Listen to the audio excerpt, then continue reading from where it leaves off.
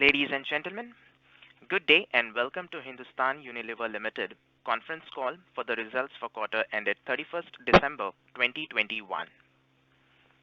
As a reminder, all participant lines will be in the listen-only mode, and there will be an opportunity for you to ask questions after the presentation concludes. Should you need assistance during the conference call, please signal an operator by pressing star then zero on your touchtone phone. Please note that this conference is being recorded. I now hand the conference over to Mr. A. Ravishankar, Group Controller and Head of Investor Relations. Thank you, and over to you, sir. Thank you, Faizan. Good evening, everyone, and welcome to the conference call of Hindustan Unilever Limited. We'll be covering this evening the results for the quarter and 9 months ended 31st December 2021. On the call with me from HUL is Mr. Sanjeev Mehta, Chairman and Managing Director, and Mr. Ritesh Tiwari, Chief Financial Officer, HUL. We hope that you're staying safe and healthy. We'll start the presentation with Sanjeev talking about our performance in this quarter, perspective on the operating environment, and our outlook for the near term. Ritesh will then share deeper insights into our performance for the quarter with category highlights. Before we get started, I would like to draw your attention to the safe harbor statement included in the presentation for good order's sake. With that, over to you, Sanjeev. Yeah, with good health and a lot of happiness. Thanks a ton for joining us today. And I do hope not only you, but all your loved ones remain safe and well. Let me begin by talking about our performance in this quarter and then cover the market environment and the strategy to navigate through the challenges. We have delivered what we certainly believe a strong all-round performance in this quarter. It's a result of our strategic clarity, strength of our brands, operational excellence, and dynamic management of our business in an environment which has been changing rapidly. Our domestic consumer business grew 11%, significantly ahead of the market, resulting in handsome market share gains. More importantly, we've been able to build on our momentum and consistently step up our growth when seen from a 2-year lens. In December quarter 21, our 2-year sales target was 9%, an increase from the 7% we had in September quarter and the 2% in June quarter 21. I will talk more about it in the subsequent slide. Moving on to profitability, our EBITDA margins of the quarter increased by 100 bps compared to December quarter 20, driven by prudent financial management led by increased focus on cost savings and incremental pricing based on the strength of our brands.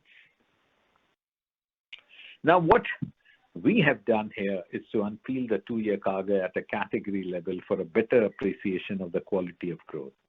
It is a wonderful sight to see all parts of our portfolio contributing to a robust 2-year CAGR.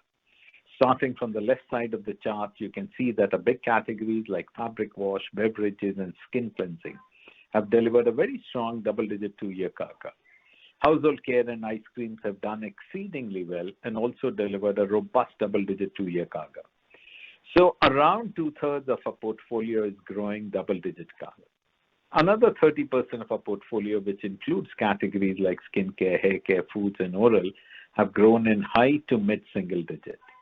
Rest 3% of our portfolio, which includes COVID-impacted categories of color cosmetics and water, had relatively soft performance over the 2-year horizon. I have said this earlier and cannot stress enough that in times of such high inflation and uncertain operating environment, it is extremely important to look at our business from the lens of competitive growth and whether we are retaining and growing our consumer franchise. In this regard, I'm extremely pleased to see that a consistent strong performance has translated into handsome market share gains. We have seen the highest year-on-year share gains in more than a decade. These gains are broad-based, and we have gained in all our divisions and both in urban and rural markets across all our regions. Share gains have come not only in the mass segment, but also in the premium and popular segments. In fact, the market share gain in the premium segment is at levels similar to our gains in the mass segment. The pandemic, while it has tested us, has made us stronger, more agile, and much more resilient as a business. We clearly are cementing our market leadership. The world has never had a clearer view of the environmental challenges that face all of us. The need for action has never been greater. We know we have a big role to play. We're a company of brands and people with a clear purpose to make sustainable living commonplace. One of the biggest challenges that all of us face is that of plastic waste. Plastic is a very versatile packaging medium that helps us get our products to consumers safely and efficiently. It's often the lowest carbon footprint option compared to other materials, yet far too much plastic ends up in our environment. To give you some numbers, India consumes an estimated 16.5 million tons of plastic annually. Around 70% of this ends up being discarded and remains in the environment. We need to minimize this plastic waste and create a waste-free future for the next generation. To achieve this, we have set ambitious targets which would all be attained by 2025. First, we'll help collect from the environment and process more plastic packaging waste than the plastic we use in the packaging of goods we sell. All our plastic packaging will be fully reusable, recyclable, or compostable. And lastly, we will reduce the amount of virgin plastic we use in our packaging through use of recycled materials and other means. We continue to make good progress. In calendar year 2021, we became plastic neutral, i.e., we have collected and processed more plastic packaging than the plastic we use in the goods we sell. Our program is not limited to a few cities, but we have a pan-India network spanning 160 locations.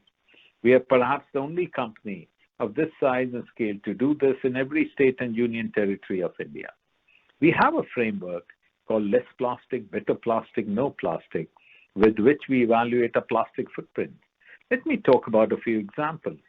The first is an example of where we have reduced virgin plastic usage by replacing them with post-consumer recycled plastic, what we call as PCR. Bottles used for Web dishwash, Surf Excel Matic, Surf Excel Easy Wash, Rinmatic, and Comfort are made with 50% PCR. Our Sunsilk and Tresemme shampoo bottles, Vaseline body lotion bottles also have recycled plastic incorporated. Last quarter, we spoke about the Smart Fill vending machine, which offers an innovative option to consumers to reuse plastic bottles by refilling their favorite home care liquids. We are already seeing encouraging signs from this pilot, and we intend to scale this up in future. We're also transitioning our soap wrappers and shampoo sachets to recyclable structures. Another example is Lakme, where we have created a refillable product, the Lakme Absolute Perfect Radiance Day Cream. The Combi pack consists of the main product and a refill pack. Consumers can order a refill pack once the product is consumed and thus save on plastic packaging. Ritesh will cover our in-quarter performance in more detail in his section. Let me now spend some time talking about the operating environment and our outlook. After two devastating waves of COVID, Indian economy is on the path to recovery. Several sectors of the economy are back to pre-pandemic levels of output. However, the recovery is still in the making, with different parts of the economy improving at varying pace. From an FMCG market lens, and here I'm talking about the FMCG categories in which HUL operates, we are seeing a moderation in the market growth. We had cautioned about rural growth in our September quarter earnings calls, and we do see the deceleration taking hold. With very high levels of inflation that consumers are witnessing, volumes in market have declined, and this decline is more accentuated in the rural markets and in those categories which have been impacted more by the commodity inflation. Commodity inflation continues to be a significant headwind for the industry. Palm oil remains at historic highs, while crude has rallied by more than 70% in the last year. Packaging feed stocks have also inflated significantly. Appearance of the Omicron variant, even before the economy has completely recovered from the shocks of the previous two waves, has made the environment more challenging. COVID cases are rising, and it is a reminder for all of us that the pandemic is not yet over. We should definitely not throw caution to the wind, and we should continue to take all the precautions. In these challenging circumstances, I'm confident that a clear and compelling strategy, together with our growth fundamentals for operational excellence, will hold us in good stead. We remain focused to deliver a 4G growth agenda, growth that is consistent, competitive, profitable, and responsible. As seasoned sailors, we will dynamically adjust our sails and navigate through the turbulent external environment. We are well positioned. The nearly 2 years of pandemic has made us a stronger, better business, which is much more resilient and responsive. And what makes us a formidable organization is our people, who were and always will remain our number one priority.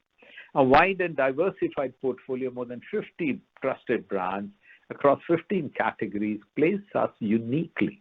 Our supply chain has become much more agile and responsive. All this positions us well to do with the uncertainty that we face. Let me now conclude with the outlook we have. In the near term, the operating environment remains challenging. Whilst the rising cases in COVID wave 3 are concerned, we expect limited impact due to a robust vaccination program and the health and safety measures taken by the authorities. FMCG market growth are moderating, and consumers are titrating volumes owing to the significant inflation that they are witnessing. Further, the inflationary conditions that I spoke about earlier are likely to persist in the near term. In fact, we expect to see sequentially more inflation in March quarter compared to December quarter. These commodities affect large parts of our business, and hence margins are likely to remain under pressure. Strength of our people and our brands, a clear strategy, and resilience of our business positions us well. We will continue to manage our business with agility, take all steps required to protect our business model, and expand our consumer franchise whilst maintaining our margins in our healthy range. We remain confident and are focused to deliver a 4G growth agenda. Growth, like that we say, is consistent, competitive, profitable, and responsible. With this, let me now hand over to Ritesh as he provides deeper insights into this quarter's performance. Ritesh, over to you. Thank you, Sanjeev. Good evening, everyone. I hope that you and your loved ones are safe and keeping well in these difficult times. Let me talk you through our December quarter performance in more detail. We had a very strong delivery in December quarter. Domestic consumer business grew 11%. Reported turnover growth was 10%. The difference between the reported growth and domestic consumer growth is largely our export sales, which had declined of a high base where we had some one-off. This has been a strong, competitive, and broad-based growth. Underlying volume growth in the quarter was 2% and significantly ahead of market volume growth. Let me give you further insight into this. Almost 30% of our business comes from packs that operate at magic price points like rupee 1, 5, or rupee 10. In these packs, our preferred mode of taking pricing is by reducing grammage. As a result, even the same number of units sold leads to volume decline. This had a circa 2% impact on our volumes. Talking about our bottom line performance, EBITDA margin was healthy at 25.4%. In the backdrop of continued input cost inflation, I am pleased that we have dynamically managed the business to deliver margins in a healthy range as we had indicated earlier.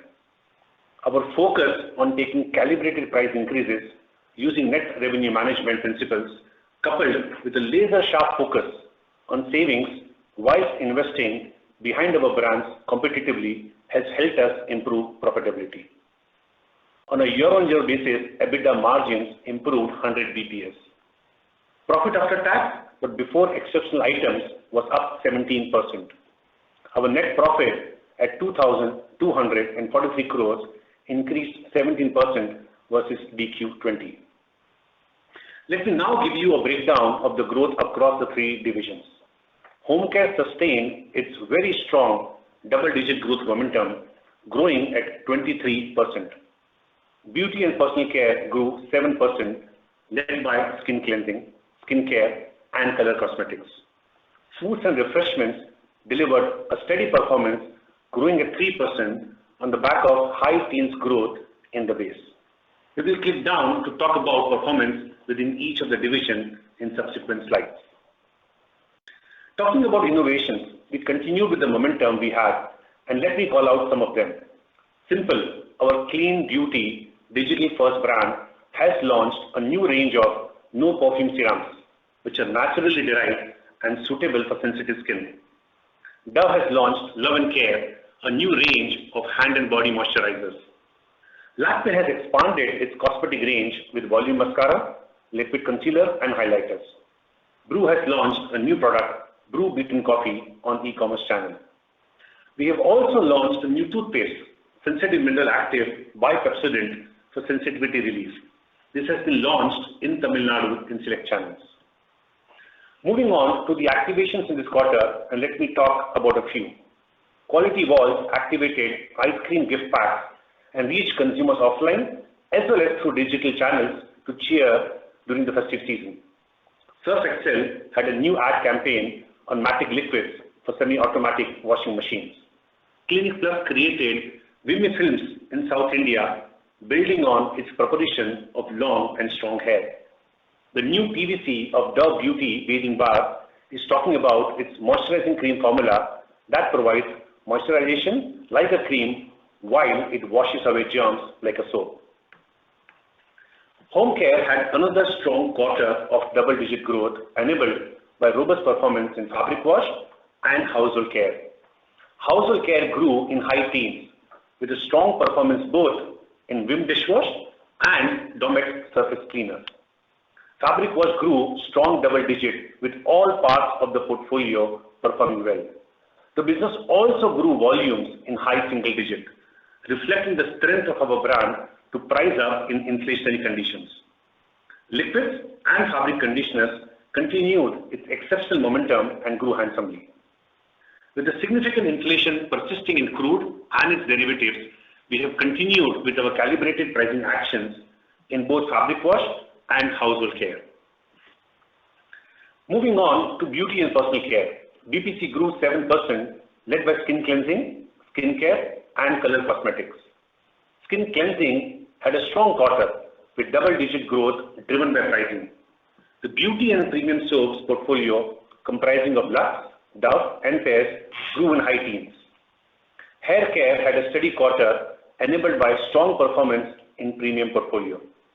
During the quarter, we further strengthened our competitiveness with our market shares being at a 15-year high.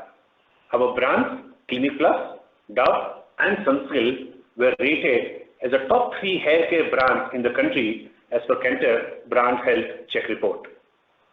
A calibrated approach towards price increase in skin cleansing and hair care has helped protect our business model even as vegetable oils continue to inflate at record levels. Together, skincare and color cosmetics delivered double-digit growth and are above pre-COVID levels. Winter portfolio performed well, growing on a very high base.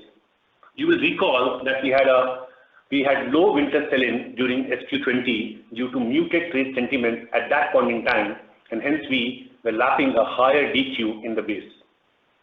Oral care had a soft quarter, lapping a high base comparator of DQ20. Let me now turn to foods and refreshment. FNR had another strong quarter in DQ'21. The growth at 3% came on a very high base, resulting in a healthy 2-year CAGR of 11%. Tea continued its robust performance and grew competitively on a strong prior year comparator, delivering high teens 2-year CAGR. We further expanded our value and volume market shares in the quarter. Coffee continued to perform well and grew in high single digit. During the quarter, we launched Brew Beaten Coffee. We have spoken about extensive market development actions, including home-to-home sampling that we're doing in nutrition. This, along with A&P investments behind Horlicks and Boost, have helped us improve our market shares substantially and gain penetration. We had a soft quarter due to a high base, slowing market growth, and pockets of disruption in sales integration. Ambitious market development actions have been planned to to enhance category relevance and grow the market. However, with wave 3, it is likely this might have to be scaled down in near term. Foods grew on a strong base led by jams and ketchup. We are very pleased to see that our recent foods innovation, Kisan peanut butter and Hellmann's mayonnaise, are gaining traction with consumers. Ice creams had a very strong quarter, delivering 2-year CAGR in high teens. This has come on the back of some very impactful innovations like the Quality Walls Trixica and Cadbury Crackle Tub, and effective activation around festive season. Let me now give you a snapshot of our performance from a portfolio lens. As you can see, all parts of the portfolio have performed strongly. Health, hygiene and nutrition, which is 85% of the business, continued to grow at a very healthy pace with a double-digit 2-year CAGR. With the resumption in mobility in the quarter, discretionary and out-of-home categories have rebounded strongly and are above pre-pandemic levels. As you heard from Sanjeev, inflationary headwinds sustained in this quarter. Palm oil and its derivatives, which are used in our skin cleansing and hair categories, have seen prices climbing further. Our expectation is for global prices to remain supported in the near term. Crude and its derivatives are key inputs for our laundry and household care category. As you know, Brent crude has been firm at 80+ levels and inflation of over 70% versus same period last year. Packaging materials, both plastics and paper and board, continue to be at very high levels. We have spoken earlier about freight inflation and impact from supply chain disruptions which have impacted certain raw materials. All of these put together impact 2/3 of our portfolio. After factoring in all buying efficiencies, which we deliver through our procurement capabilities, our material cost per ton has still inflated more than 30% compared to the levels we had in financial year 20. This was also up sequentially compared to SQ'21. In the face of such unprecedented and widespread inflation, our dynamic financial management has held us in good stead. If you look at our EBITDA margins across the past 4 or 5 quarters, we have kept it in a very healthy range. There are a few key elements in our model to manage this. The first is keeping a hawk-eyed scrutiny on the price versus cost equation. We continue to step up pricing through calibrated actions using net revenue management, or the science of pricing as we call it. This is also reflective of the strength of our brands. We drive savings harder across all lines of the P&L with an intent to reduce costs that don't benefit our consumers and customers. Through these actions and with an improving mix, we have been able to optimize our COGS percentage and bring it back to below 50%. We have also maintained that advertising and promotion is a much needed investment for the long-term health of our brands.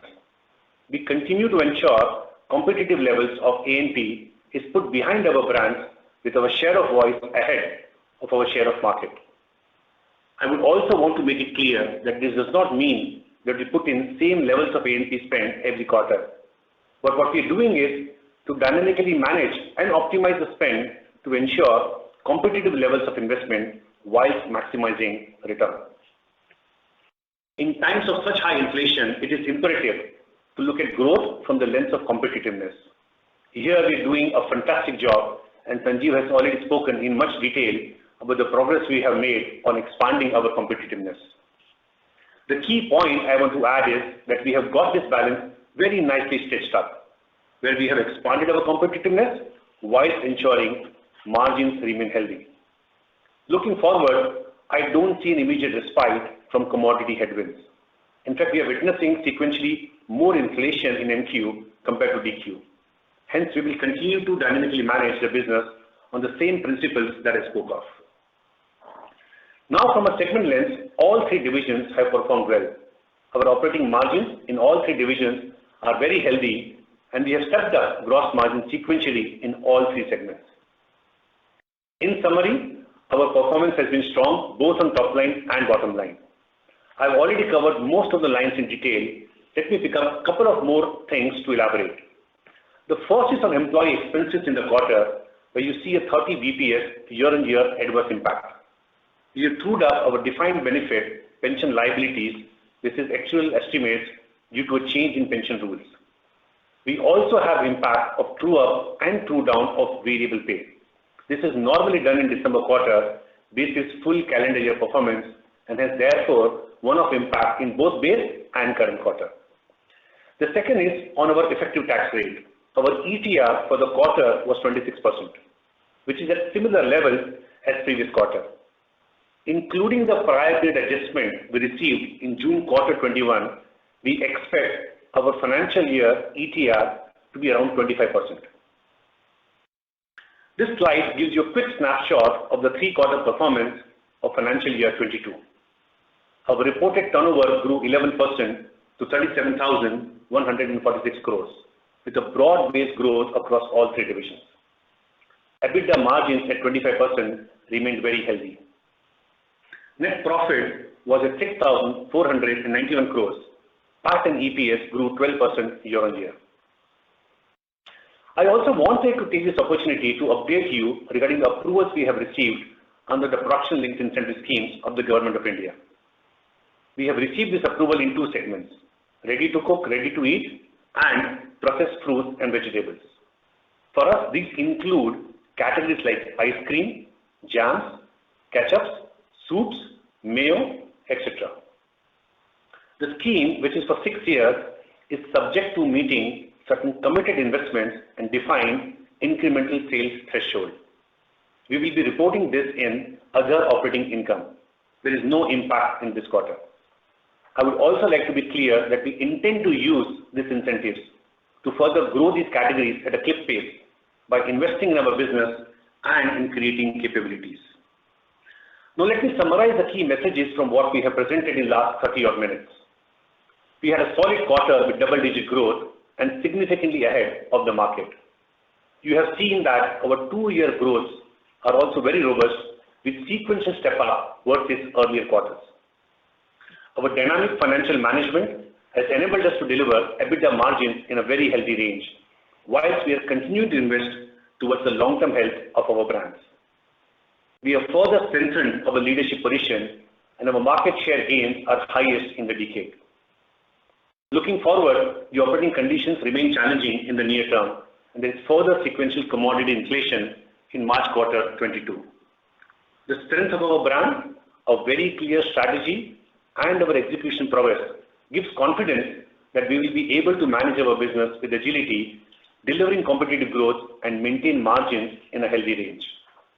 With this, we complete our prepared remarks, and let me now hand over to Ravi to commence our Q&A session. Thank you, Sanjeev. Thank you, Ritesh. With this, we will now move on to the Q&A section. In addition to the audio, as always, our participants have an option to pose the questions through the web option on your screen. We will take these questions just before we end. With that, I'll hand over the call back to Faizan to manage the next session for us. Over to you, Faizan. Thank you very much. We will now begin the question and answer session. Anyone who wishes to ask a question may press star and 1 on their touchtone telephone. If you wish to remove yourself from the question queue, you may press star and 2. Participants are requested to use handsets while asking a question. Ladies and gentlemen, we will wait for a moment while the question queue assembles. Reminder to the participants, anyone who wishes to ask a question may press star and 1 at this time.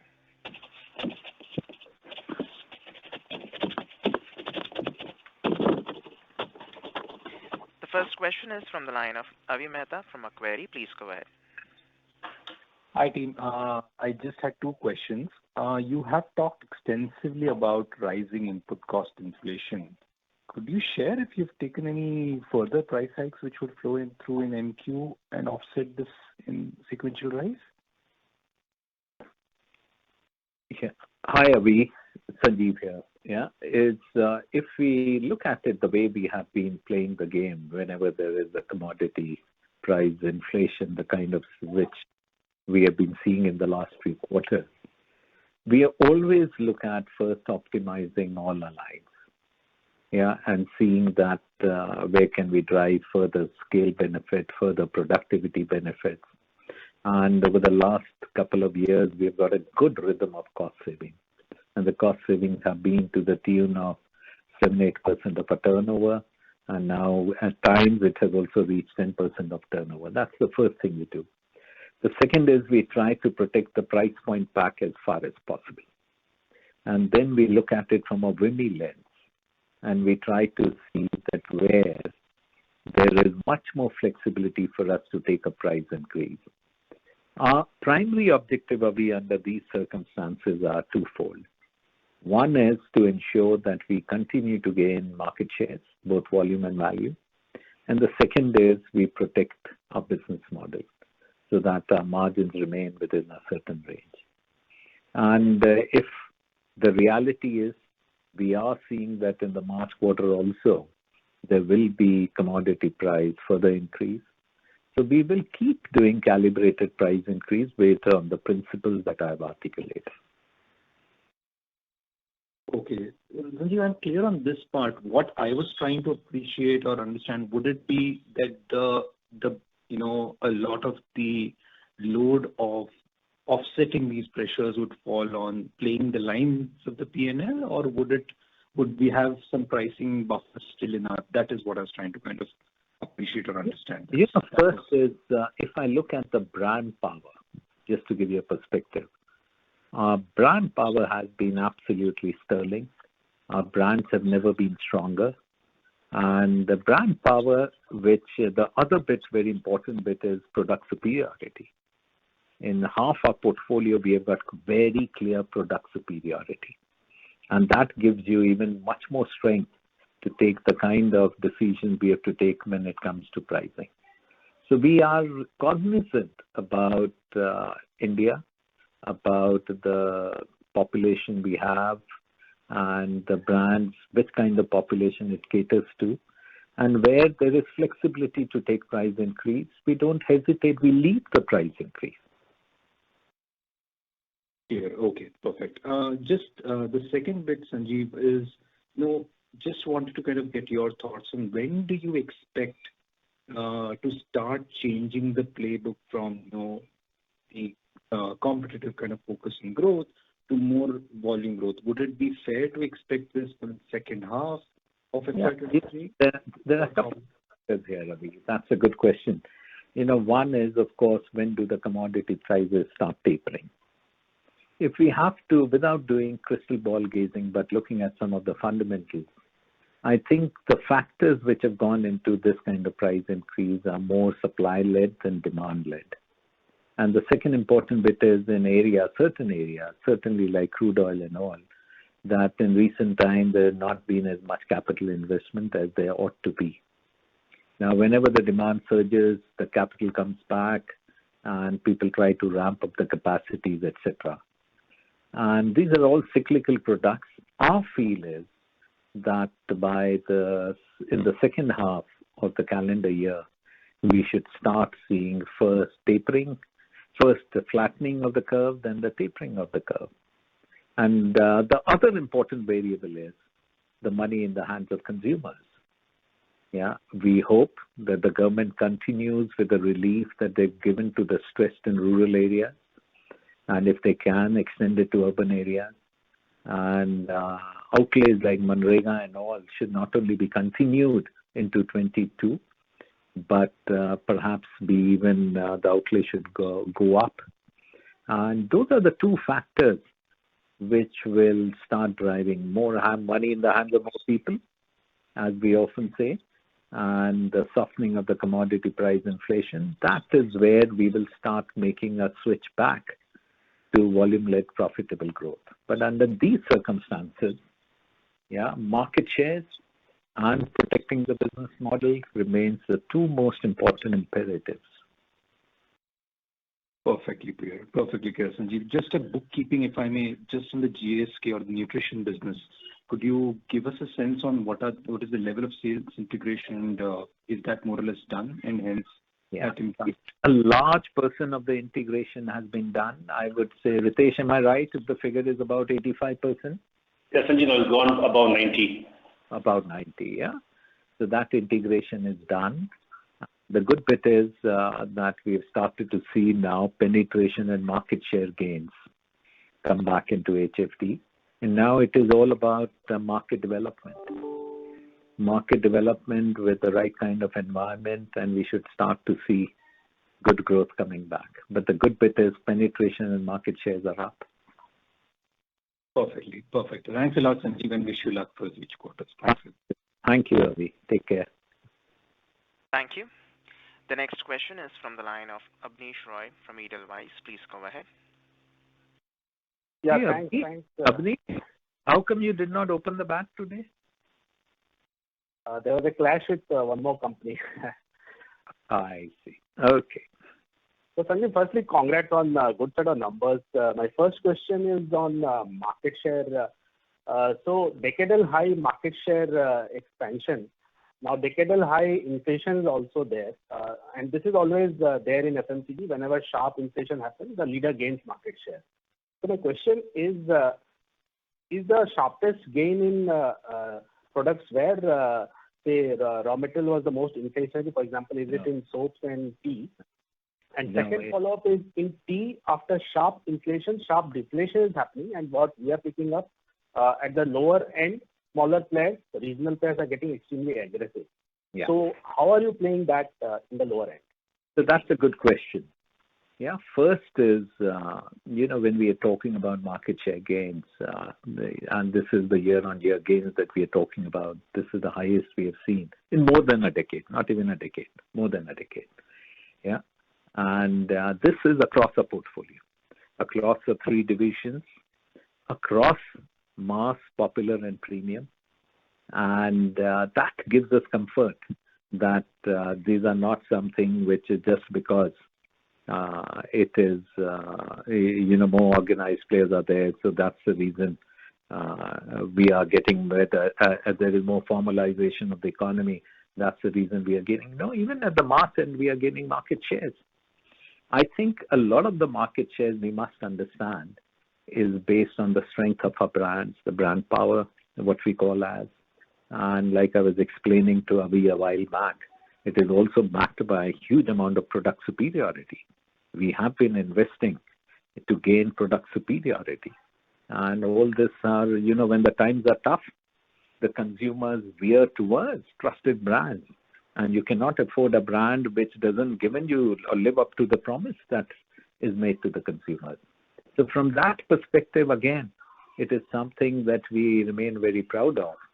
And once we gain market share, we are very clear that we will retain them and not be losing them again. Sure. And tea, any clarification on the lower end? Lower end, that's what I'm saying. Even at the mass end, we are gaining market share. Right. Second follow-up there is essentially in hair care, your market share is at a 15-year high and very sharp gain versus the number 2 player on a YOY basis. And your all the top 3 brands are yours only as per Kantar. So any learnings from hair care which can be taken to other categories, or is it unique to this category where you are the right to? Thank you, Abneesh, for this question. It is not related just to hair care. You look at hair care, you look at laundry, fabric cleaning. Yeah, it's the biggest category. And what a fabulous performance it has been over years. And we have been galloping our market shares and strengthening our brands across the pyramid. Look at tea. We not only took leadership on value, then we took a leadership of volume, and now we keep increasing our lead. So it is across a large part of our portfolio that we have strengthened our market position over the last few years. And Sanjeev, these market shares, are they factoring in the impact of the B2C startups? Why I'm asking this is, you are servicing 15% of your demand digitally, 7 to 8% coming from e-commerce. But when I see, for example, Mamaearth, Wow, Sugar Cosmetics, everyone is claiming anywhere from, say, 100 crores to 700 crores exit run rate kind of numbers. So where is that coming from? Because in retail, we saw huge disruption by startups. Yeah. So come to think of it, if you look at the total industry, FMCG industry, yeah, direct to consumers is still a very small part of the total mix. Yeah, the biggest part is still non-online, which is the biggest part of the deal. Now, you must understand that we are a 50,000 crore business. And if we grow at 10%, on a per annum basis, we are adding 5,000 crore. You always look at 100 crore, 200 crore, 300 crore. In a year, we are adding 5,000 crore. Right. But any learning or any disruption can happen here because these are PE funded, so they can take losses also. See, the way it is, we anticipate disruption. But let me give you my perspective of things. First is, across the world, the big brands are growing and growing fast. Yeah? It is not that the world has veered away from the big brands. The second is, yes, there are e-commerce players, digital-first brands who have done a great job. And that is the reason why also we have set up, things like Premium Business Unit to compete in that area. And, Premium Business Unit is giving us absolutely brilliant traction. We have great talent over there. We are building capabilities. And the other is, you would recall that we started investing in e-commerce capabilities much ahead before it reached the point of inflection. Right. Last question to the... I think we are ready for it. Sure. Last question on the 2% impact on volume because of grammage cut. Consumer behavior-wise, when say the product is over at home, in the past, doesn't he increase the frequency of purchase when, for example, now diesel prices have been cut, right? So now disposable income will increase. So will you see recovery there? Yeah, absolutely. What we do, Abneesh, when it comes to price point packs, is when there is hyperinflation, we titrate the volumes in those packs because we try to protect the price point as far as possible. And when the commodity prices go down, we restore the fill. We improve the grammage. Yeah, and we have to understand a bit about the dynamics of the India where average income is $2,000. But if you look at the bottom 50% of the population has only 10-15% of the total consumption. So these are people who would be very conscious about the money outlay and they would be titrating the volume to protect their wallet because the wallet is so small and so limited. Whereas why we are saying also at the same breath that premiumization continues to happen because there are many consumers in India, mainly consumers of premium products, for whom FMCG is a small share of the wallet. So even when there is a price increase, it does not impact the volume to that extent. So the growth keeps happening over there. Sure, that's very helpful, Sandeep. Thanks a lot and all the best. Thanks. Thank you. Thank you. The next question is from the line of Arnab Mitra from Credit Suisse. Please go ahead. Hi, Arnab. Hi, and thanks for the opportunity, Sanjeev. My first question was on the nutrition business. So now that the GPM integration is complete and you've also, done the price point intervention, the growth still looks a little anemic here compared to your overall growth. So do you see a lot more interventions required from your side to get this growth rate above, let's say, actual average growth rate? Or would you think in the next 1 year at some stage, all the interventions we've already done would start getting you into the double-digit kind of ambition that you have? Yeah. That's a good question, Arnab. And you're absolutely right. Our ambition remains completely unchanged. And I think in the last 20-odd months, we have done very good interventions. First is the integration that happened. Then it was the CD integration. Perhaps had there been no COVID, the CD integration could have happened about 6-9 months earlier than what it happened. The third is, if you look at the fundamentals of our marketing, we have strengthened our brands. The communication has changed. We have increased the intensity of our communication. Our innovations have been very good, and the Plus range is getting good traction. Now, there is also an environment under which we are operating. Our schools have been opening intermittently. One of the big consumers of some of our variants of Horlicks are the school kids.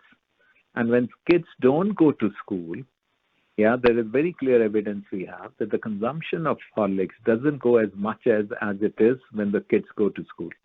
And while they are home, because the mothers have other options rather than just giving Horlicks. For us, the most critical bit, Arnab, is going to be market development. And in market development, we have the prowess. We know that we have the expertise and we know how to develop. It may take a few quarters here and there, but I'm very confident that we'll get the rhythm. And the good bit, Arnab, is that the penetration is back and the market shares are back. Okay. So in terms of just a follow-up on this, in terms of market development, is it like a long-term haul or it's something which you would expect would start giving results over the next 12 to 18 months also? Well, absolutely.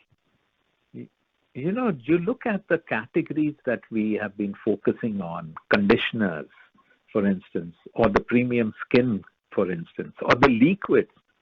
You should, just look at the way in which our liquid business has been growing in home care, for instance. This is all based on the market development efforts that we have, or the way we grew green tea. Green tea, we were a very small player a few years back till we started the market development activities. Not have we grown, but we have become clearly number one leaders with Lipton. So market development, we know it, and it is not a one-year phenomenon. Market development in HF, we have been growing categories where the penetration is near universal. And HFD is a category where the penetration is in mid-20s. So the runway is there, and market development, not just me. My successor will also keep talking about market development in HFD. Because this is going to continue for a long period of time, and that is how we are going to build this category into a real big category. At the end of the day, in a country like India, nutrition is a big issue. Malnutrition is a big issue. Many people do not have the micronutrients they need. Vitamins is the issue. So this category is going to play a big part. And the high science range is another thing where we are going to play in a very big way. No, thanks for that. And my next question was just related to the previous answer you gave on e-commerce. So my point is that these turnovers of these B2C banks are quite small compared to HUL turnover, but they are all in those categories which you consider categories of the future. And a lot of the incremental turnover in those categories is going to come through the Nykaas and the other e-com platforms. So is it at all a concern that, is your premium range going in line with, let's say, the 40% GMV growth that a Nykaa would have? Or would you need to have a lot more interventions to have your fair share in that incremental pie? First is, I would be wrong in saying that, at the premium end or at the masstige end, we have stitched all our portfolio. No. We have work to be done, and that is the reason why we set up this premium business unit. And in the last 1 year since it's been in operation, we are seeing absolutely good traction. But let me give you from another lens. We talk about market development, and these are all mainly in the premium end of the portfolio. And this is about 20% of our portfolio. And this is a portfolio which is growing at an average of 1.5 to 1.7x the normal growth rate of the company. So you will, even 20% of our portfolio of 50,000 crores is a pretty large portfolio. And there we are getting good clipped growth rates. Right. And must also understand that a large part of the growth that is coming to many of the e-commerce players are not consumer growth. They are channel shift growth. Okay, got it. No, that's helpful perspective. Thanks so much. That's it from my side. All the best. Thank you, Arnab. Thank you. The next question is from the line of Alok from Ambit Capital. Please go ahead. Hello, sir. Thank you for giving this opportunity. I have two questions. So, firstly, in terms of course, on the distribution side, while a lot has been reported, just wanted to hear your views on why this sort of channel conflict? And what is it that the companies like yours will gain by relying more on this channel? And any internal thresholds that you would have as a company in your mind to not have an exposure to a single channel intermediary beyond a particular percentage? And what would be the terms of trade, if you can elaborate a bit more on this? That's my first question. Hello. First is, from our lens, it was much ado about nothing. There was a lot of news items, and this was not a distributor standoff as it has been made out to be. We have got over 3,000 distributors, and we have a very long-standing relationship with them. And they have, most of our distributors in the state of Maharashtra, which was alluded to in the press, they overwhelmingly conveyed to us that they would continue to meet the needs of our shoppers and consumers in an uninterrupted manner. You have to understand that many of our distributors are third-generation distributors. Yeah, and for us, we treat them as partners, integral to the company. And any issues that we have with them, we discuss it and address it bilaterally. For us, it is very important to ensure that our distributors are strengthened, and importantly, the return on investment which we have committed to them, we ensure that they earn, because that's how they remain in the business. Now, there is this federation of distributors, which where all the news came, the noise came in the press. Now, our representatives, they wanted to engage with us, and we were very happy to engage with them. And when we engage with them, we have been talking about things which are macro issues. Yeah, these are not the bilateral issues. Issues about technology, issues about manpower, issues about credit in the market. Those are the things which we talked with the distributors. And I think it's good that the distributors have an association, because they also need to bring very clearly aligned interests together. But as far as our distributors are concerned, this is all about bilateral issues which we keep sorting. Now, let me give you one example why we remain so committed to our distributor. Take Shikhar, for instance. We have got now over 7 lakh retailers who have adopted Shikhar. And every month the sales from Shikhar keeps going up. Now, this sales is not serviced directly by us.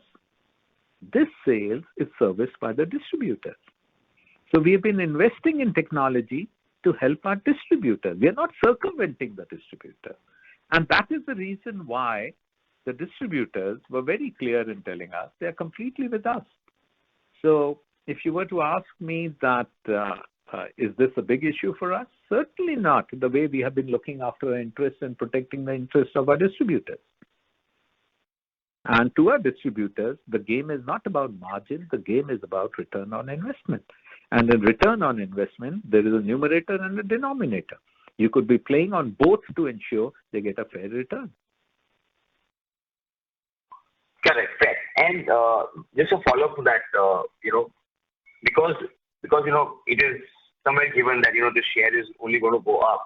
So would it be kind of to tell us how the terms of trade would be different? Because you see, what will happen is that today that distributor share could be X, but maybe potentially a few years down the line that could be 0.9x, considering the way how market is playing out. So for us to factor in a long-term scenario for your company. Yeah, let me give you a local perspective. This is very similar to when cash and carry came into India about a decade back. Yeah, because they also service the retailers. And we were very clear that cash and carry is going to supplement our existing distribution setup. It is not about either or. For us, it is and. And there are certain SKUs because, at the end of the day, we have got 10 million outlets. We would be having the largest coverage of directly covered outlets, but still there is a large number of outlets which are serviced through wholesale. Now, there could be better ways of servicing them and serving them better. And that's the kind of role which cash and carry played. But we ensured that, importantly, the business runs in a manner that we protect the paramountcy of the general trade and the distribution business. They are still our largest channel, and even in 10 years from now, they would still remain the dominant channel. And that's the reason we are investing in technology for them. Right. Yes. But, lastly on terms of trade, if at all, any comment that you can make? Again, I'll tell you again, Alok, very similar to the modern trade. When modern trade came in, people were alluding to the same things. Now, we must understand that the kind of shoppers go there are different than what would go to a general trade. That also implies that the assortment we sell over there are different than what we sell over there. So from our perspective, we will always endeavor to ensure that there is a right return on investment. There was a time when all the salesmen were directly on the payroll of the distributors.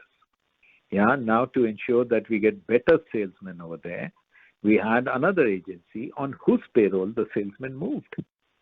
Now that does not mean that we have alienated the distributor. That cost has come out from the distributor, but we are still seeing that the return on investment remains constant. So there will be areas where we will bring in productivity and efficiency, and there will be areas where we will invest more to ensure they get the fair investment. Fairly clear. Thank you very much. My second question, Sanjeev, while of course, we previously touched upon D2C and you very clearly talking about this premium division that you have set up. Are we looking at more disruptive innovations? And because some of the innovations that we have been discussing, to me, to me seems more an adjacency rather than any disruptive innovations which can counter D2C. So what can we expect, specifically in which category? Would it be largely DPC or your views on the same? See, now when you look at innovations and when you look at it from a perspective of disruptive innovations could be in any way. It could be in products. It could be in business model. And whether it is route to market or whether it is any other way, or it could be disruptive in processes which give you massive savings. Now, as a company which is high on innovation, we look at it from all lenses. Now, you may find sometime that certain trends are captured by some company before us.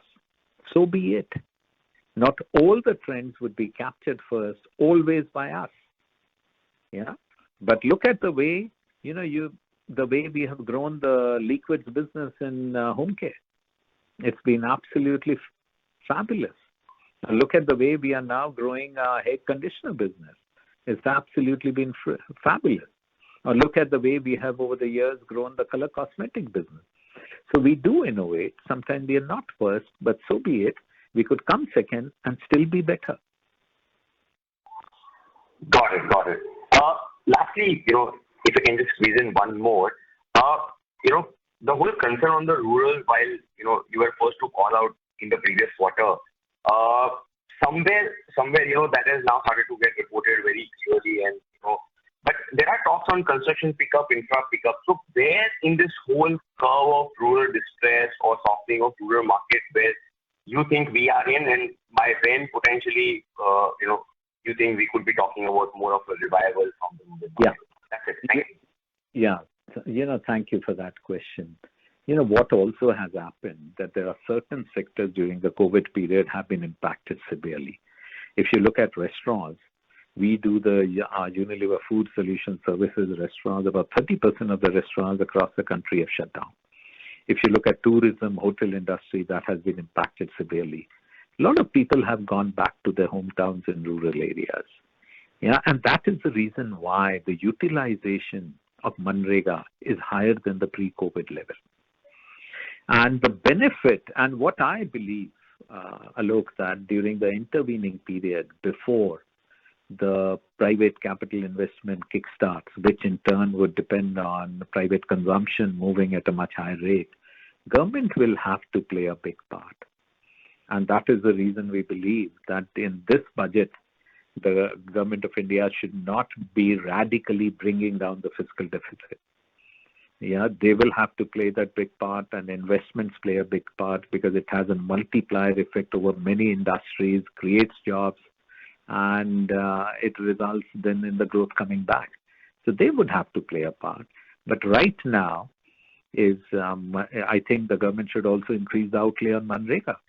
It is touched about close to 1 lakh crores. Perhaps it could be higher getting into the new year. And also the benefits that they provided to the rural stressed and rural poor perhaps should continue for more time till the economy completely stabilizes. Because think of it, Alok, at the end of this fiscal year, the economy would be of the same size as 2019, 2 years back. So we have virtually, as a country, lost the normative growth rate for 2 years. So it's a recovery underway. Recovery has not yet fully happened. Got it. Absolutely clear. And I just hope that the state governments also bulk up their spending. Yes, absolutely. Yeah, that's it. Thank you for my time, and good luck for the ensuing quarters. Thank you. The next question is from the line of Vivek Maheshwari from Jefferies. Please go ahead. Hi, good evening, Sanjeev and team. Hi, Vivek. Hi. A few questions, just continuing with the earlier one. So one of the slides in your presentation where you have given Nielsen market growth in volume terms, of course, rural is negative. During this period, is it that urban is also not growing to actually being negative, Sanjeev? Yeah, urban volume growth is about flat if we look at the last 3 months.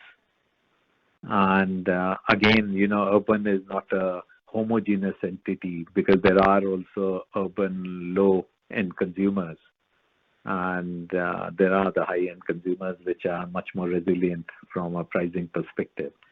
But the impact on rural is much more than compared to the urban volume growth numbers. Got it. And while you have explained, right at the beginning as well as to the previous participant, but as I heard you, it looks like that, rural may still take time to recover. Will that be a fair conclusion? Rural in our country depends on many factors. Yeah, one is of course the harvest has to be good, but thankfully the sowing has been good, so I see no reason why the harvest should not be good. The second is also the role that is played by MSPs, etc. Because over the years the wage rate inflation has been pretty low in rural areas. And the third is, one aspect we should not forget that in rural, while the volume growths are negative, the value growths are still positive. Yeah, it's not reached the stage. And if you look at the 2-year CAGR basis, then the value growth in rural would be looking even a bit better, but albeit 19 was a soft year for rural areas. So a lot of dynamics are at play, but the consumption is not something which changes overnight. If you were to ask me, Vivek, will February month result in the consumption changing? It doesn't happen. It turns around, it slows down also over a period of months, and it picks up also over a month. I think in many ways, the volume growth would be linked to the softening of the commodity prices. Yeah.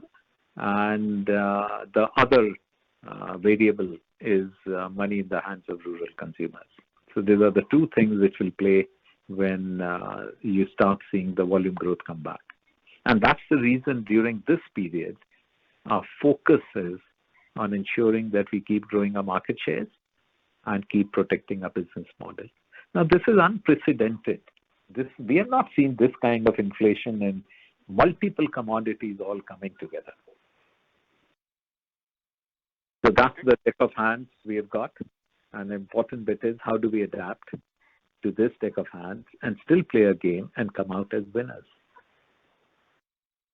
Sure. Got it. And, Sanjeev, you made a comment that, March quarter inflation on a sequential basis, you are still, or it's going to be still higher. But yeah. If I, let's say marry this with the price hikes that you are taking, does that still mean that, margins on a sequential basis may be, let's say, flattish to plus minus here and there? Or you think that, because the portfolio is, continuing to see price hike, and I'm guessing with this kind of inflation deck, you will have to still take up prices. So from a margin standpoint, it should still be, let's say, stable, give or take? Let me bring in my very capable CFO to give you a perspective. No, thanks for the question. See, what we have called out are very clearly two elements. In times like this, when inflation is very firm, and as you mentioned that in March quarter 22, we do expect sequential inflation further. That happened in December quarter, it happened in September quarter. Our decision will be very similar and our action will be very similar to what we articulated, which are two. Number one priority is to ensure that we're able to grow our consumer franchise, and hence competitiveness and market share remains first port of call in terms of KPI that we want to deliver. The second area is, of course, to protect the business model, which means we want to ensure that as inflation further picks up, we want to maintain our EBITDA margins in a healthy range. You've seen last 4 or 5 quarters, we've seen inflation of a very high order. And we did that. Every time we had very consistent narrative that when inflation happens, we will drive very hard savings, we will maintain competitiveness, and we will maintain our margins in a healthy EBITDA range. This is exactly what we want to do, is to gain consumer franchise and keep protecting the business model. Got it. And one related question, I was just reading recently, just like, in the last couple of days, Indonesia is talking about, in some ways tightening exports of palm. Do you have any views on, its implication either from a pricing standpoint or supply standpoint for Hindustan Unilever? See, overall palm, as you know, you're right, Indonesia is the largest market where palm is produced and sold, along with Malaysia.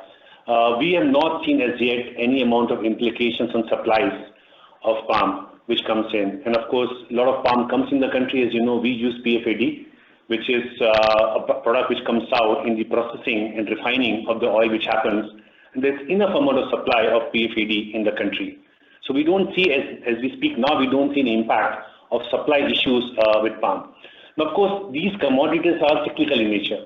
We do expect it to further firm up in March quarter, and the prices will be supported. But as we get into season, and depending upon how the production takes place, and you also know what happened at the peak of COVID, when there were labor issues, availability of labor in palm plantations in Indonesia, production took a beating. It was not the agriculture output which was an issue, but labor was an issue. We do hope that with world coming out much better, with far better vaccination and infection being not as severe as we've seen in earlier waves, we should expect to see very good labor availability, and hence, hopefully the season is good, we should see good palm production. So now those variables we will only know as we get into season. But as we speak now, we don't see any stress in terms of volume availability. But yes, prices are supported in short term, and hence we do see prices will remain supported in March quarter. Now, of course, the second variable is crude for us, which impacts for us home care business. It impacts plastics, and as you've seen at 80 plus levels, crude has remained supported. That brings in a dynamics of price inflation across home care and across personal care as well, beauty and personal care, because of the impact on plastics. Now, the strategy will remain exactly as I mentioned earlier, which is to keep balancing competitiveness and keep protecting the business model. And we will do that consistently. Vivek, I find this a bit counterintuitive, Indonesia curtailing supplies, because look at it from this lens, that Indonesia, it's not that they're going through a great economic cycle. They're going through tough times as well. And palm is one of the big export commodities. In fact, they would try to maximize the exports and help the economy rather than curtailing supplies. Sure, Sanjeev. And last question, if I may, which is a small one, but you have already spoken about Horlicks, Sanjeev. Horlicks is a powerful brand, but any plans to make it a platform or an umbrella brand and get into newer categories? Because you only spoke about HFT, but if you take a 3-5 year view, do you think Horlicks extending into newer segments? Yeah, we are working on a huge number of innovations, and our first objective is to do the integration set the fundamentals of the brand right, get the growth going in the core of the HFTs, and then we would be looking at adjacencies. But you're right, this category, this brand and the technology behind it is giving us huge room to look at it in many different ways. So I would say watch the space, Vivek. Got it. On that note, thank you and wish you all the very best. Thank you, Vivek. Thank you, Vivek. Thank you.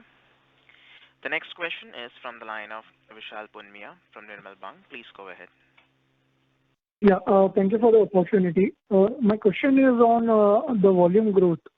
Similar to the domestic consumer sales, where you have mentioned the 2-year CAGR, excluding the acquisitions. If you can also help with the UVG on a 2-year CAGR basis, and also for the same number for the previous quarter to basically understand the trend of UVG on a 2-year CAGR basis, excluding the acquisitions. Yeah, Vishal, sorry.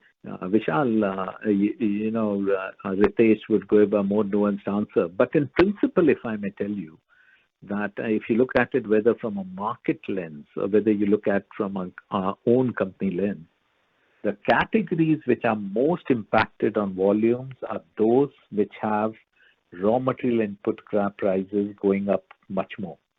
So these would be categories like fabric cleaning. This would be categories like skin cleansing. And if you look at a 2-year period, tea, where the prices have gone up significantly. These are where the volume, for reasons that we have explained, have been impacted, whether it's the market or whether it is our business. Yeah, Ritesh, anything else you would like to add? No, Sanjeev, you captured it pretty well.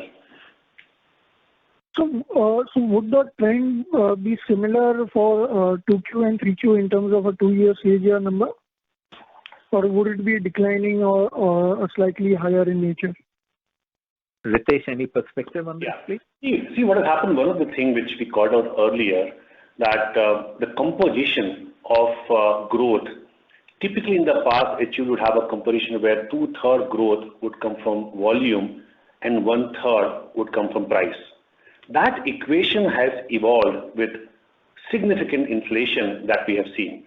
And we're talking some serious levels of inflation. One of the charts we talked about that the total material cost against the baseline of financial year 20 is 30% increase. This is for all materials put together at total HUL level. A 30% inflation is a scale that we have not experienced in the past. So what has happened in last few quarters that the equation has changed where the growth is more price-led and volume, as you've seen, as we have reported. Last quarter, we talked about UVG of 4%. Current quarter, we talked about UVG of 2%. That has got impacted. So the balance has been more towards price compared to volume. But which is also the case with the market, as we saw in the market chart, where volumes in the market have taken more impact. Plus, do remember what we called out earlier, the impact of the price point packs, where we take price increases on a 1 rupee, 2 rupee, 10 rupee by reducing grammages, that impacts our volume. So we called out in this quarter, for example, circa 2% was the impact of volume impact because of the price that you've done using grammages in that part of the portfolio. So that should give you a little flavor between how the evolution is happening between price and between volume. But any specific, my suggestion is, can you just pick it up with Ravi and Saurabh later offline? Sure. Thank you for the answer. Thank you. That's all from my side. Yeah, and I'm just conscious of the time where we are with 15 minutes. Can we pick up 2 more questions and then we pick up some questions online as well, please? Thank you. The next question is from the line of Percy Panthaki from IIFL. Please go ahead. Hi team, my question is on the demand front. While the volume growth and the demand scenario has remained lackluster in Q3, I think at least the Nielsen data suggests that within Q3, sort of December has been sort of a decelerating trend. So just wanted to understand if you think we've seen the bottom as far as demand is concerned, or sort of Q4 can see even further pressure compared to what we saw in Q3. Thanks, Percy. Percy, in fact, the December numbers of market growth are not very different from the last 3 months of Nielsen reading. Okay, I see. My mistake then in that case. So basically, there is no reason to believe that there is a further deceleration in demand scenario versus what we've seen in Q3 going ahead. Yeah, as the data shows. Okay. Secondly, I just wanted to ask your take on this. Are you concerned about the loss of wallet share of FMCG in the overall consumer spend? Because what I see is non-FMCG companies' results as they are getting reported, be it more niche companies like, let's say, a Titan or a Jubilant, where the number of customers it serves are lesser. But even, let's say, something like paints, where it serves a huge number of customers, even at the low income level, etc. The top line growth reported by the non-FMCG segments seems pretty robust, and in that sense, it seems that FMCG overall is losing wallet share with the consumers. So, is that a cause for concern? And in your view, what is the reason behind this phenomenon? Yeah, I don't think so. Yeah, these are very different consumer occasions, very different consumer choices. And in many of these cases, there would also be the pent-up demand phenomena. Yeah, there would be a period during the COVID period where people would have spent less. They would have the house painting, and now they would have been doing the painting, but the clash would not be there.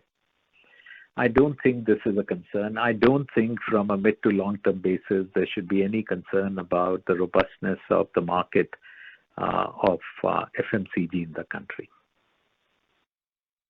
Okay, because I look at all these companies and obviously I'm adjusting for the pent-up demand angle, and I still see that the demand there is much stronger compared to FMCG. So while within FMCG you're doing well, you're gaining market share, the overall FMCG industry itself not doing as well compared to other areas of consumption spend was a little bit of a concern I had. Percy, if you really look at it, even during the worst period of COVID, FMCG still grew, right?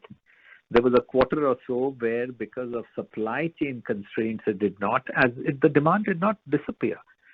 Yeah, discretionary took a hit because people were not going out, or there will be items which would be impacted because the school children are not stepping out.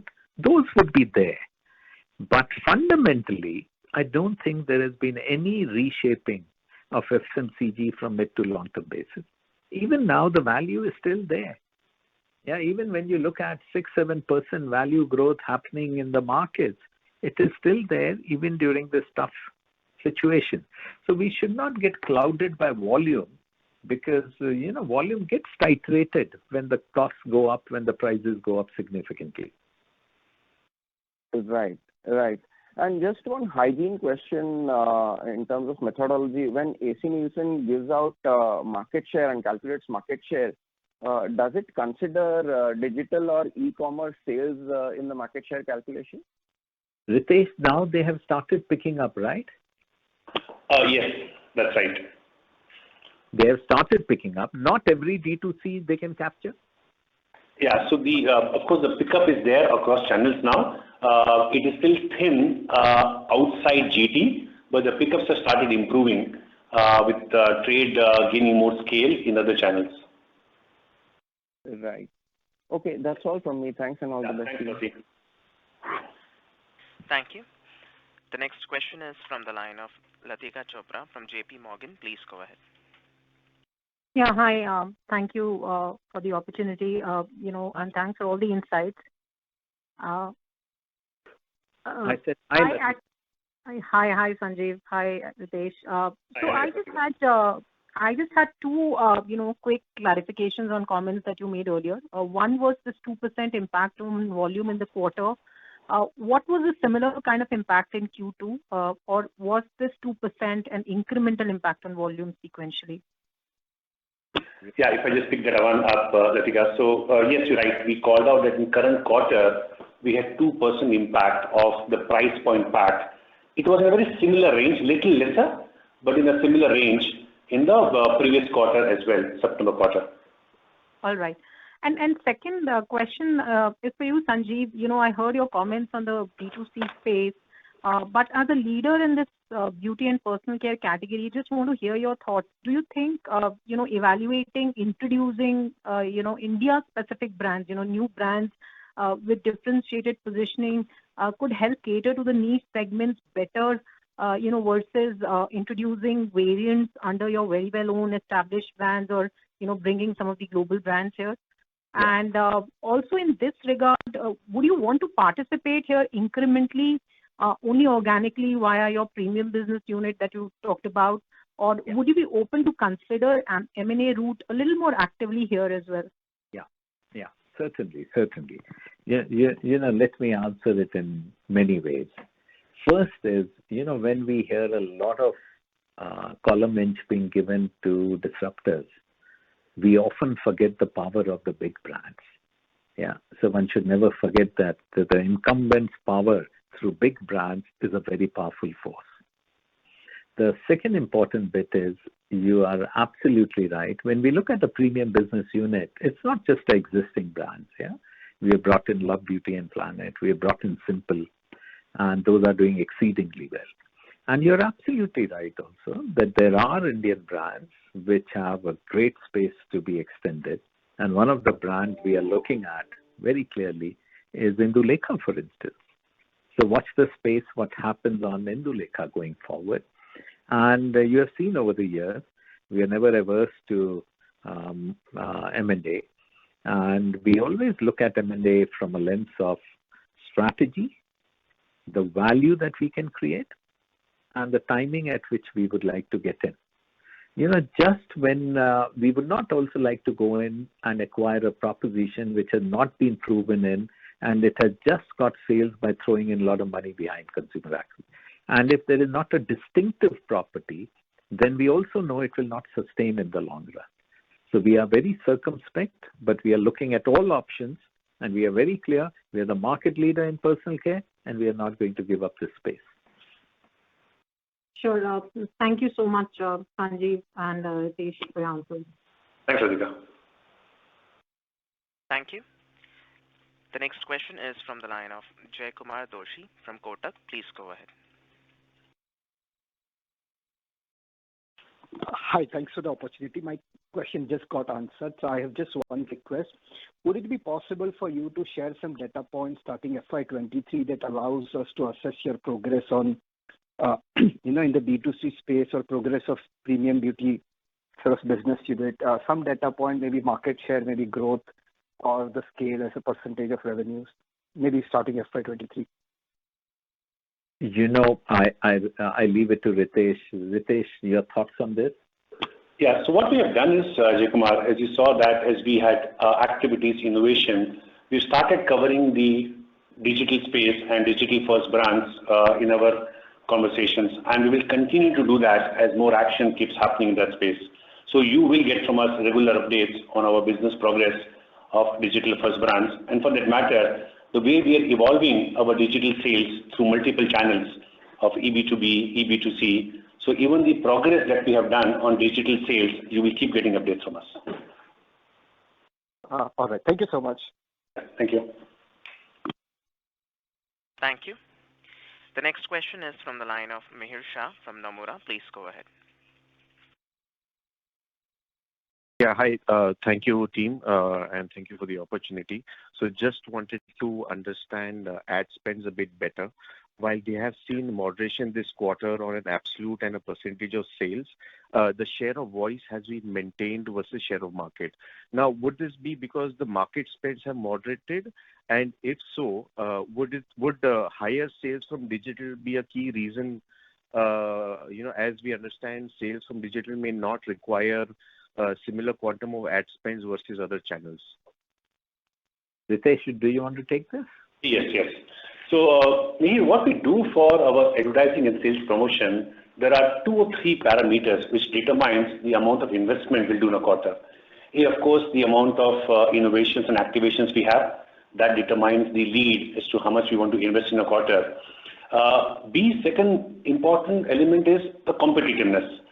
Ultimately, what we do, as you saw also in the chart that we spoke about, that our share of voice, which means the amount of money we spent in relation to the industry, has been more than our share of market.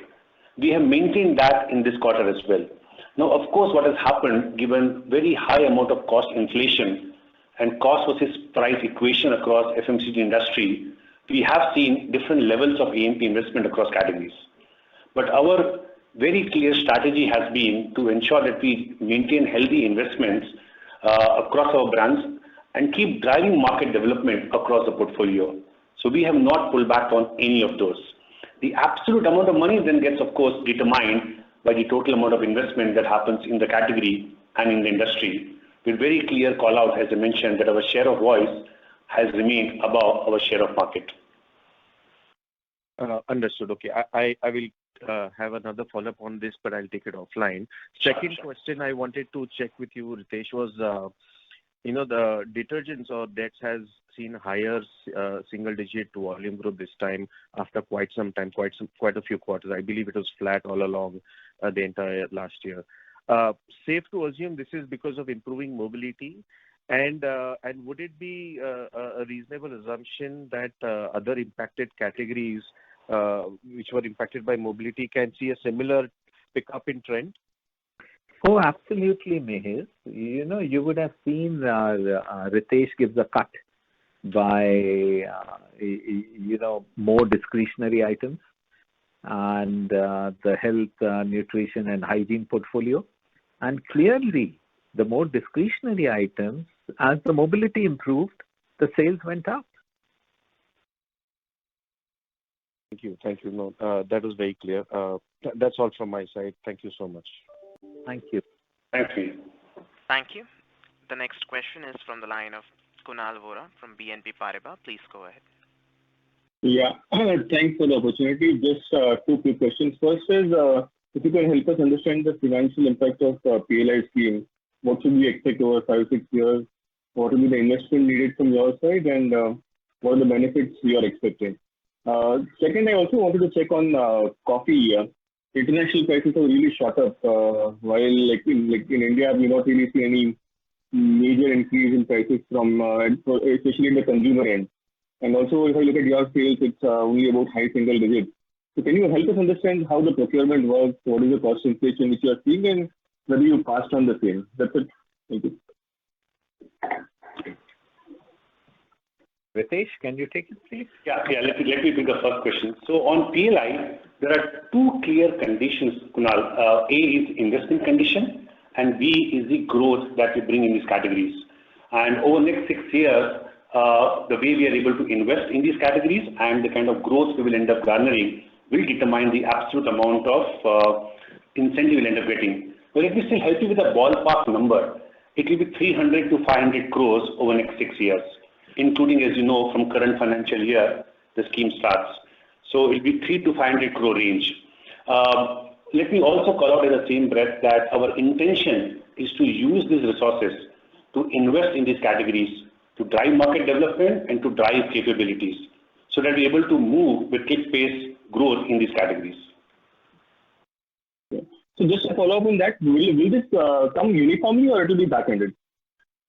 No, as I mentioned, it will be linked. Of course, first of all, for this financial year, as we speak, we are already in third quarter of the financial year. The way it will get panned out will be the rhythm of investment and the rhythm of growth. So I would not be able to give a phasing year-wise, but suffice to say it will be in the ballpark of 300 to 500. What we also going to do is we're going to report this in other operating income. That's the line in which this savings, this incentive will get reported.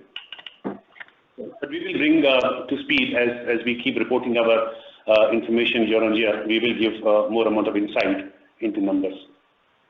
Sure, that's helpful. Like on coffee.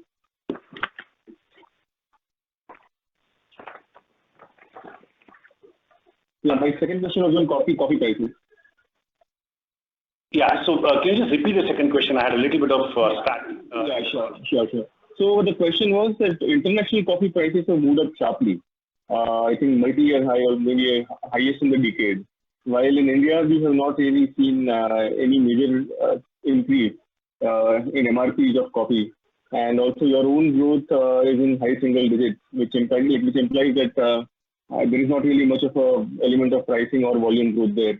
So if you can help us understand how your procurement works, what kind of cost inflation you have seen in coffee, and whether you have passed on the same to the consumer.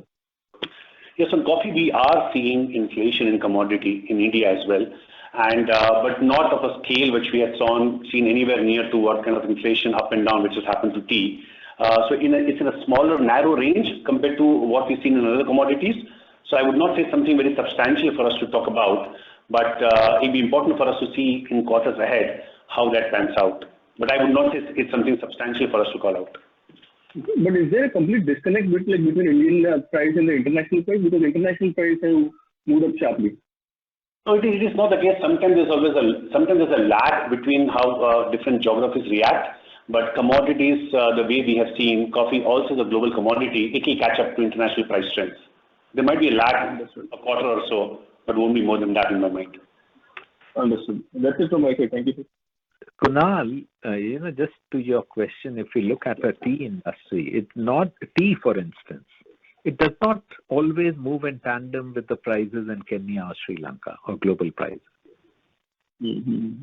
Yeah, because these are many times tea, for instance, we are one of the largest producers, but we are also the largest consumer. So if it is not much of interaction when you don't import large amounts of coffee, or exports them, then at many times it does not move at the same wavelength. Understood. Thanks, Sanjeev. That's helpful.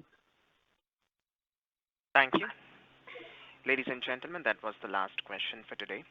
I would now like to hand the conference over to Mr. A. Ravishankar for closing comments. Thank you, Faizan. With that, we will now come to the end of the Q&A session. If there are still unanswered questions, please feel free to reach out to any of us at the IR team here, and we'll be happy to answer them.